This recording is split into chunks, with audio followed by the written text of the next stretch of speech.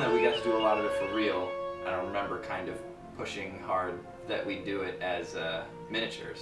It's kind of like nerdy of me, but I don't know, I liked being locked in a dark room for like 6 hours just shooting little toy spaceships.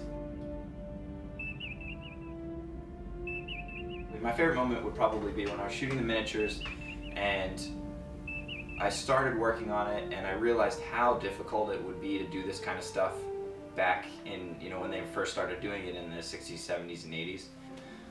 But a lot of the challenges were figuring out how to make the ships move when they weren't really moving.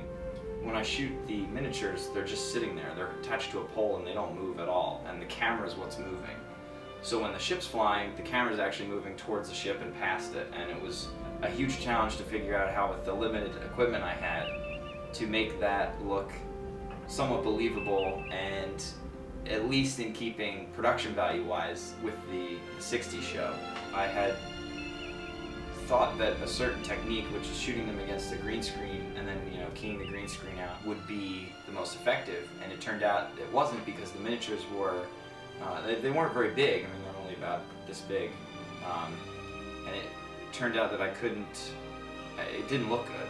So I ended up actually shooting them against a black background, which worked better since space is mostly dark anyway. It was very gratifying to see when I was all finished and I put everything together with like the star backgrounds and whatnot. A process that's 3 decades old still kind of works for the effect you're going for. It's fun to just blow stuff up sometimes. And for a movie, not just blow anything up, you know. I'm not crazy.